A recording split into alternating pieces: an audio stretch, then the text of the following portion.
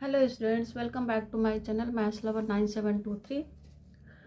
Today's topic is JEE Main January 2025 shift 1 के solution है बेटा।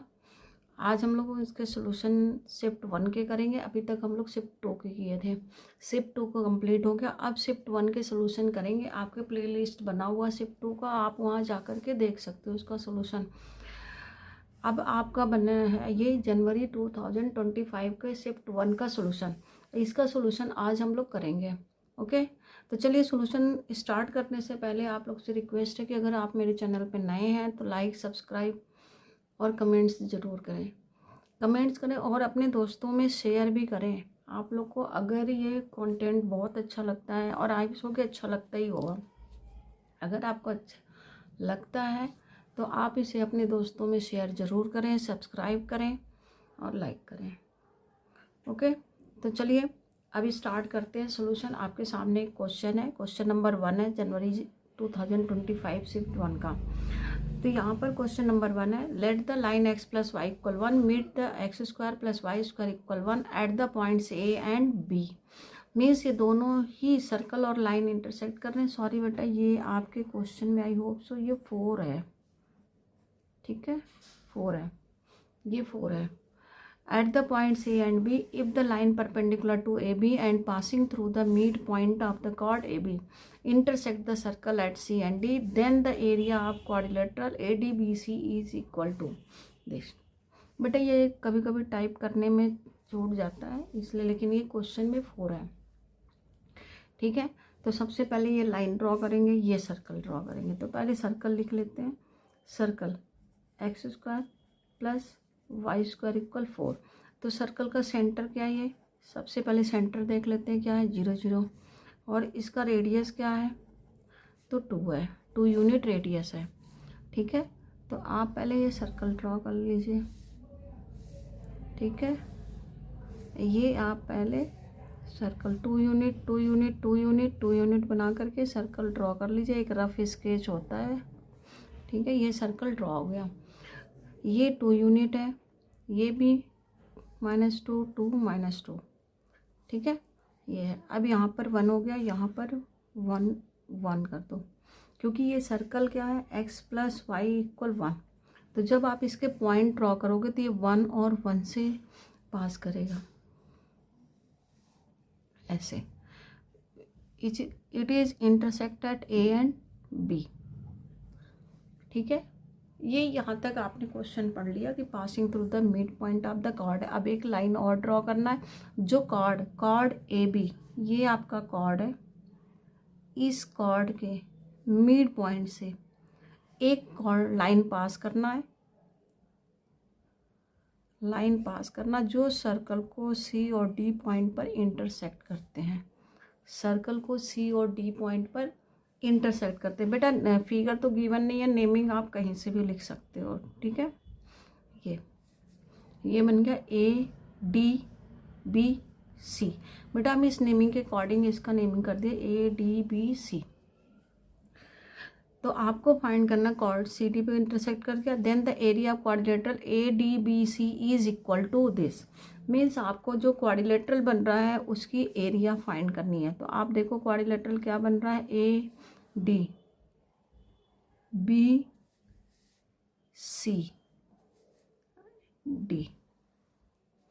ठीक है। देखो ये बच्चों, आप एक 9th क्लास, ये मिड पॉइंट है इसका, मिड पॉइंट। तो ना यहाँ पर एक 9th क्लास का प्रॉपर्टी यूज कर लो, आप ज्योमेट्री का प्रॉपर्टी यूज कर लो कि if a line bisect the chord then line passes through the centre, then line passes through the centre. तो वो लाइन कहाँ से पास करेगी, सेंटर से। मीन्स ये जो आपका CD लाइन है वो सेंटर से पास कर रही है, that means CD is diameter. CD क्या हो गया, डायमीटर हो गया। दूसरी प्रॉपर्टी ये भी मिलेगी कि ये अगर बाइसेक्ट करते तो ये परपेंडिकुलर भी होंगे। क्या होंगे, परपेंडिकुलर। बाइसेक्ट कर रहे हैं तो ये perpendicular and passes through the centre. तो ये सेंटर से पास कर रहा है, ये लाइन आपको गिवन है, तो ये आपको डायमीटर मिल गया। अंडरस्टूड। ये प्रॉपर्टी आप लगा लिए।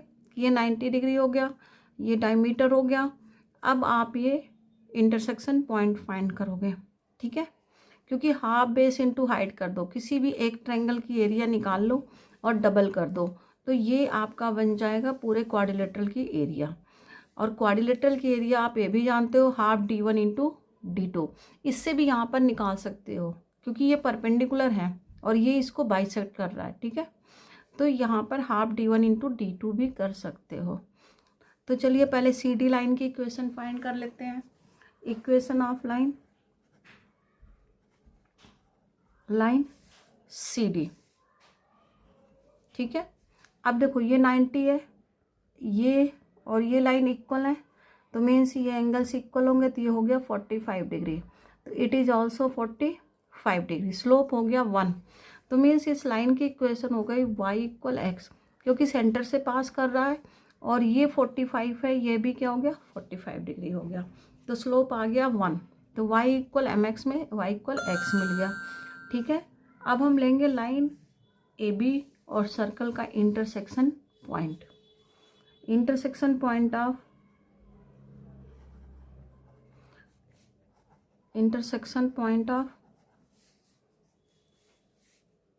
X square plus y square 4 and x plus y equal 1, इसका इंटरसेक्शन पॉइंट हम लोग फाइंड करेंगे, ठीक है।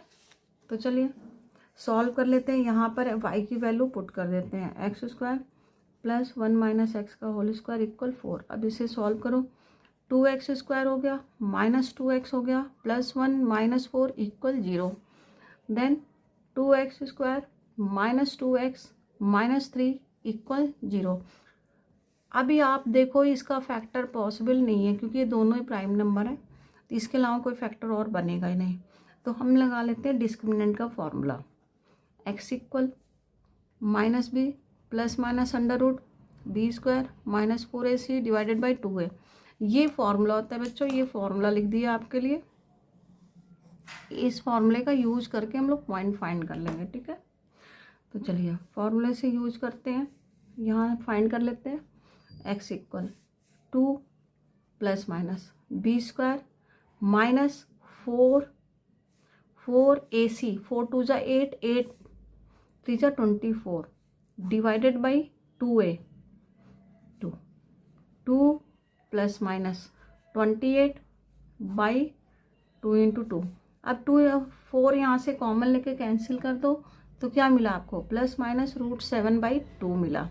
तो एक A point suppose that A is 1 minus √7/2 plus ले लो, और B is B point x1 लिख लेते हैं इसे, और बी पॉइंट का ये y1 1 minus √7/2, sorry x1 x2 ये निकल गया आपका, ठीक है। ये x1 x2 थोड़ा सा लिखते वक्त थोड़ा मिस्टेक हो गया बच्चों, ये निकल गया। अब यहाँ पर y की वैल्यू पुट कर दो, तो यहाँ पर y1, अब ये वैल्यू यहाँ पे पुट करो, तो y इक्वल क्या मिला 1 माइनस 1 प्लस √7/2। अब इसे सॉल्व करोगे तो क्या आ जाएगा 1 माइनस √7/2। ऐसे ही ये y1 निकल गया, ये y2 फाइंड कर लो, 1 माइनस √7/2। इसे सॉल्व कर लो 1 प्लस √7/2, ये आ गया। अब इन पॉइंट्स को देखो, तो एक पॉइंट आप ले लोगे ए आ गया आपका 1 प्लस √7/2 1 माइनस √7/2, और बी पॉइंट आपका आ गया 1 माइनस √7/2 एंड 1 प्लस √7/2। इस तरह से ए और बी पॉइंट फाइंड कर लिया।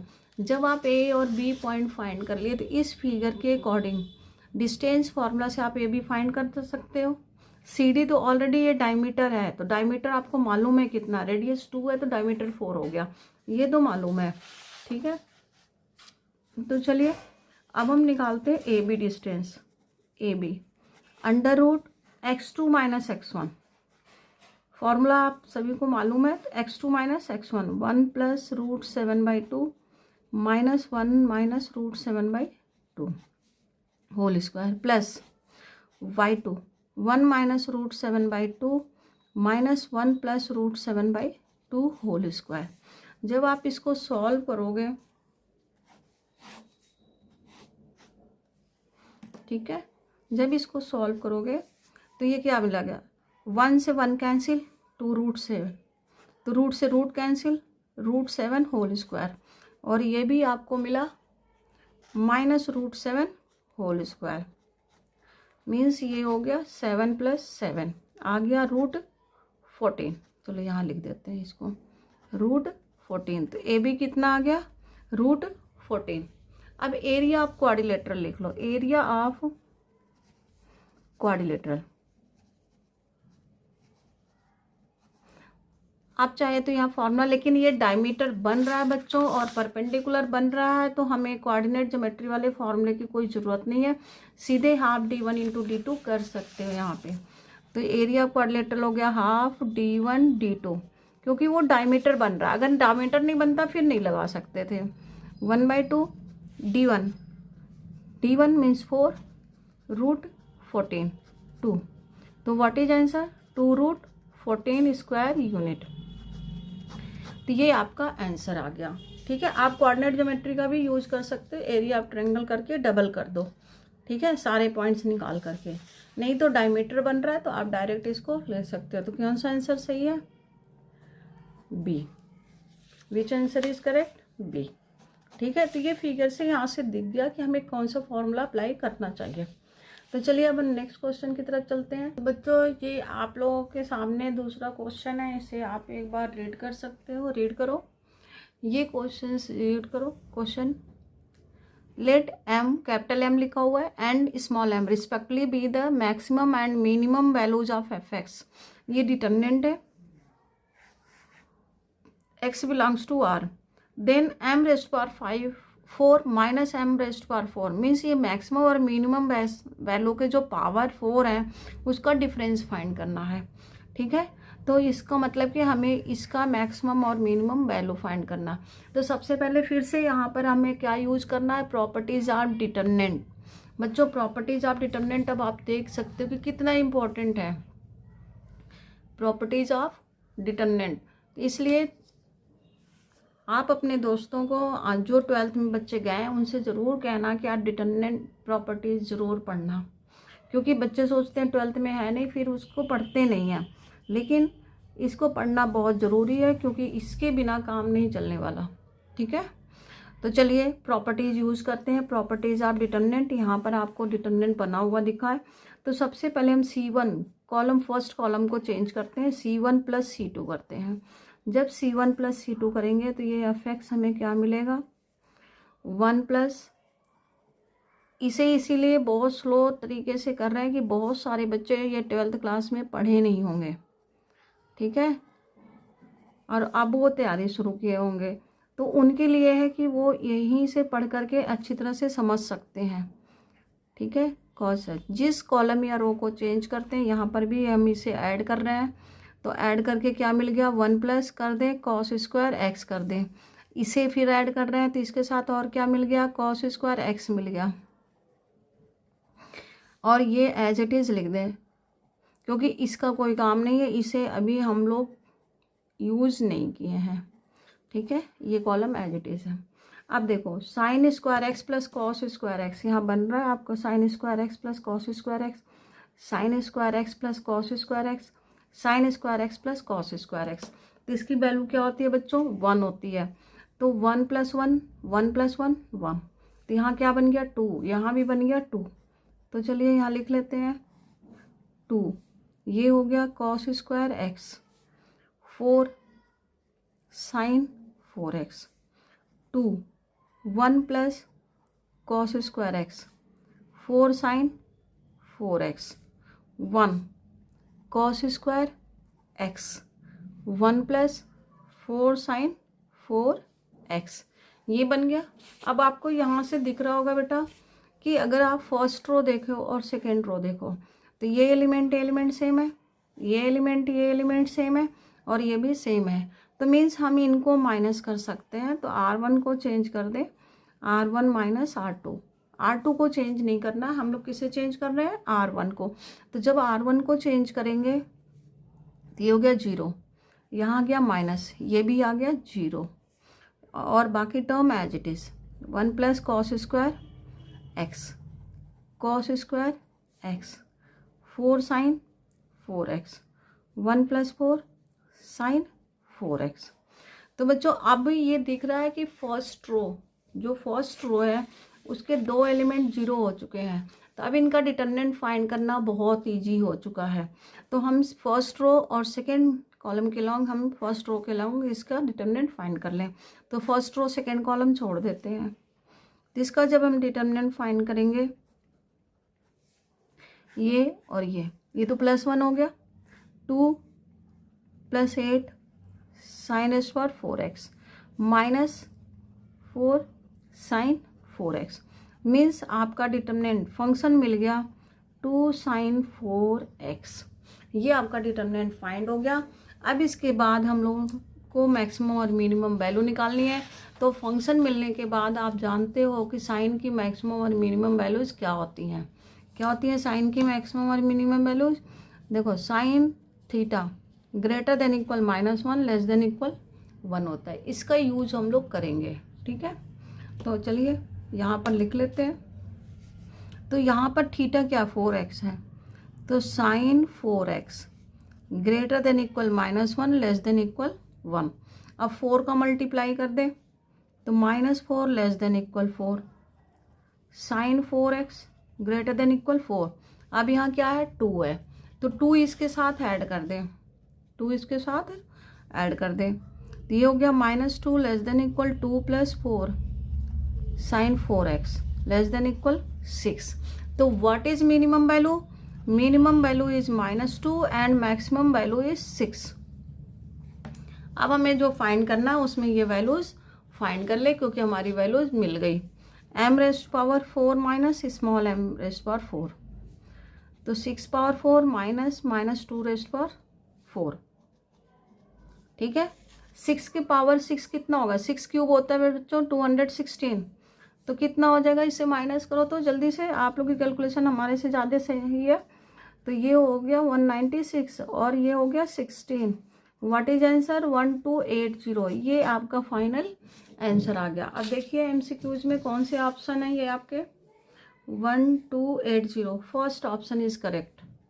ठीक है, आपका फर्स्ट ऑप्शन करेक्ट है। तो ये बच्चों देखो है बहुत इजी, प्रॉपर्टीज अगर मालूम हो तो बहुत इजी है ये। ठीक है, तो चलिए आगे बढ़ते हैं, बहुत ही इजी है। ठीक है, चलिए अब नेक्स्ट क्वेश्चन की तरफ चलते हैं। तो ये आपके पास सामने ये क्वेश्चन है थर्ड। इस थर्ड क्वेश्चन को एक बार आप लोग रीड करिए, फिर इसे एक्सप्लेन करते हैं। पढ़ लिया आप लोगों ने? 2 parabolas have the same focus 4 3। 2 parabola बनाना है जिनका फोकस 4 3 है, and their directrices are x axis and y axis. तो दोनों ही पैराबोला के डायरेक्ट्रिसेस हैं x एक्सिस और y एक्सिस है। अब आप कहोगे ये कैसा पैराबोला है? 1 2 3 4, चलो एक जनरल सा यहाँ पर बना दिए पॉइंट। ये पॉइंट आपका एस हो गया 4 3, जो दोनों ही पैराबोला का है।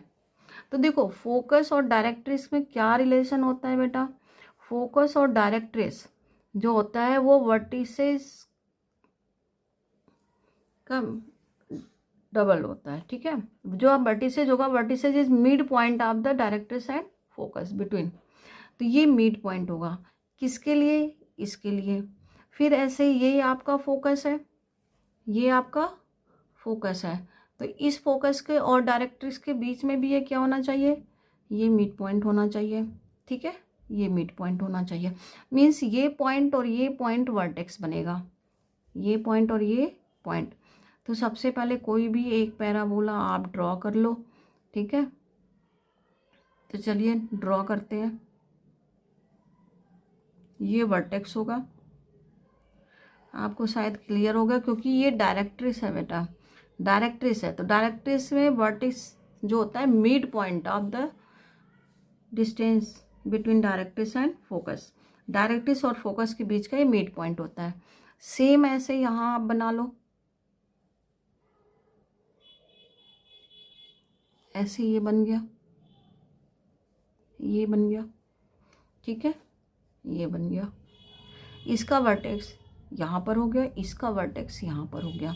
अगर इसको ज्वाइन करते हो तो ये देखो एक सीधी लाइन बन रही है। ये इसका एक्सिस हो गया और ये लाइन इसकी एक्सिस हो गई।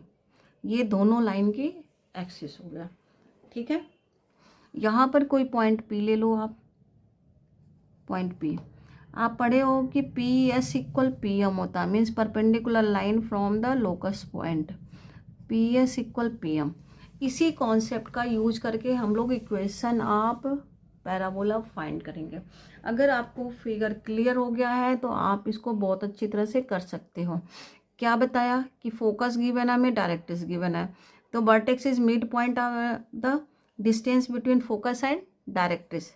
ये मिड पॉइंट होगा किसका, फोकस और डायरेक्ट्रिक्स। ये डायरेक्ट्रिक्स आपको गिवन है, ठीक है, ये डायरेक्ट्रिक्स आपको गिवन है, तो ये इसका मिड पॉइंट हो गया। डायरेक्ट्रिक्स क्या है यहाँ पर, ये है आपका x इक्वल 0 और ये है आपका y इक्वल 0। ये फिगर आपका बन गया बच्चों। फिगर को ध्यान में रखोगे तो ये बहुत ही इजी बन हो जाएगा। अब दूसरी चीज़ होती है कि अगर हमारे पास फोकस एच के है, कोई और पॉइंट है, तो हम कैसे इसको सॉल्व करेंगे। तो देखो ये आपका अगर फोकस एच के है तो बेटा हम लोग इलिप्स जो पैराबोला की डेफिनेशन पढ़े हैं वो P M equal P S पढ़े हैं। Means distance, perpendicular distance from locus point to the directrix is equal to distance between focus and locus point. Focus and locus point ये दोनों ही डिस्टेंस इक्वल होते हैं, तो पी एम इक्वल पी एस, ये कंडीशन बन गया। लाइन आपकी ये है, उस लाइन से हम इसका पैराबोला की इक्वेशन लिख देंगे। ठीक है, किसी पॉइंट से लाइन पे परपेंडिकुलर डिस्टेंस आप जानते हो क्या होता है, a x one plus b y one plus c upon under root a square plus b square. ये होता है distance from a point to the line. Distance from a point to the line, थोड़ा space कम लेकर लिख रहे हैं इसलिए। तो ये डिस्टेंस हो गया, इस डिस्टेंस का यूज करेंगे। और ये तो डिस्टेंस फॉर्मूला है ही है, x2 माइनस x1 का whole square, y2 minus y1 का होल स्क्वायर। तो इससे थोड़ा सा पहले फिगर को अगर आप एक्सप्लेन कर लेंगे तो अब कुछ भी नहीं है, बहुत ईजिली अब इसको सॉल्व कर लोगे आप लोग। ठीक है, तो सबसे पहले हमारा काम क्या है, हम लोग का सबसे पहला काम है कि इक्वेशन ऑफ पैराबोला बनाना। क्या बनाना, equation of parabola. Intersection point दे रखा हुआ ए और बी, सॉरी, तो ये लिख लो, इट इज़ ए और इट इज़ बी। कोई भी पॉइंट ले लो, ये बी है। ठीक है, एक पॉइंट आपको लेना है, ए और बी। ठीक है, इस डिस्टेंस को फाइंड करेंगे, तो दैट मीन्स कि हमें ए और बी पॉइंट फाइंड करना है। तो इस पॉइंट को हम लिख लेते हैं, ए पॉइंट है x1 y1 और ये पॉइंट है आपका x2 y2। ठीक है, ये दो पॉइंट हम लोग ले लेते हैं। मीन्स यहाँ पर हम लोग ए ले लिए x1 y1 और बी ले लिए x2 y2। तो बेसिकली हमारे पास काम यही है कि हमें इसे फाइंड करना है। तो चलिए, इक्वेशन ऑफ पैराबोला।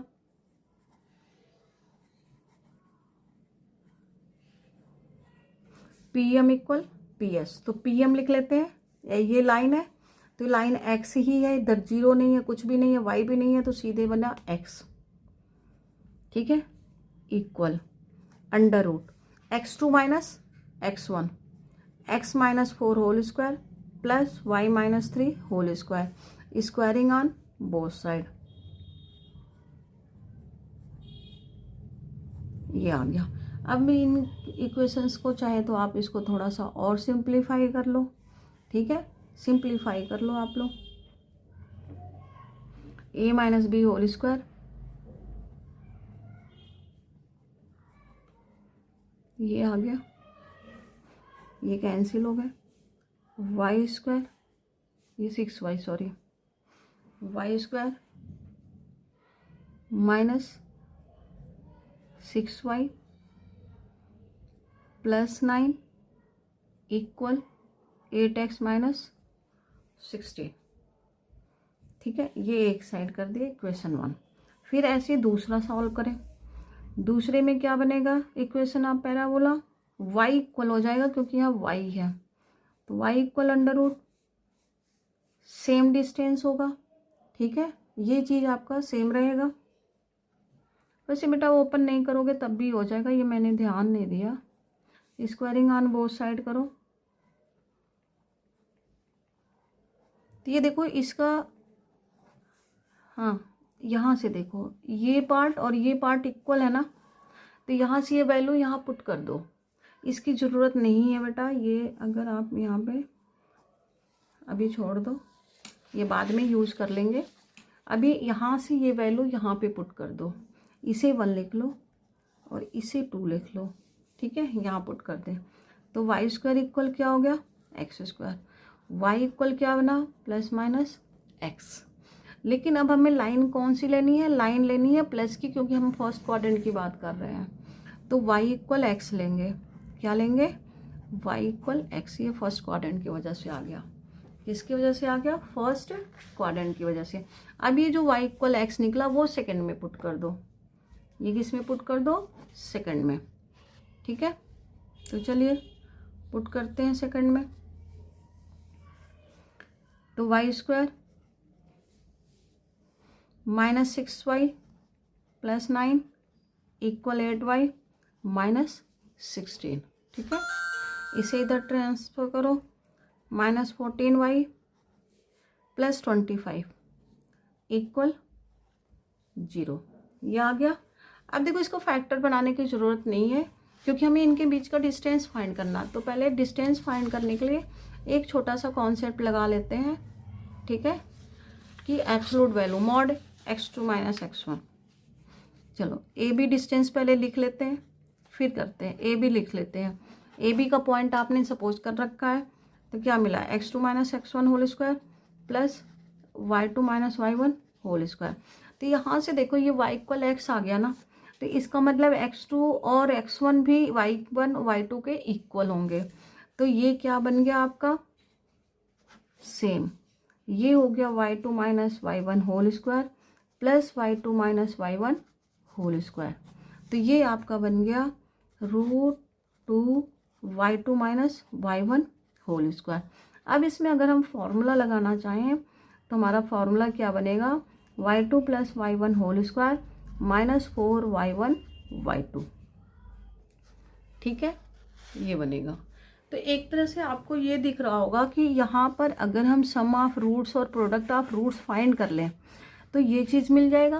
तो यहाँ से देखो sum of roots means y1 plus y2, इससे लिख देते हैं।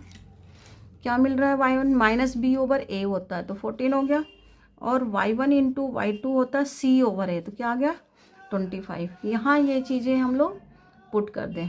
ठीक है, और फिर इसे सॉल्व कर लें।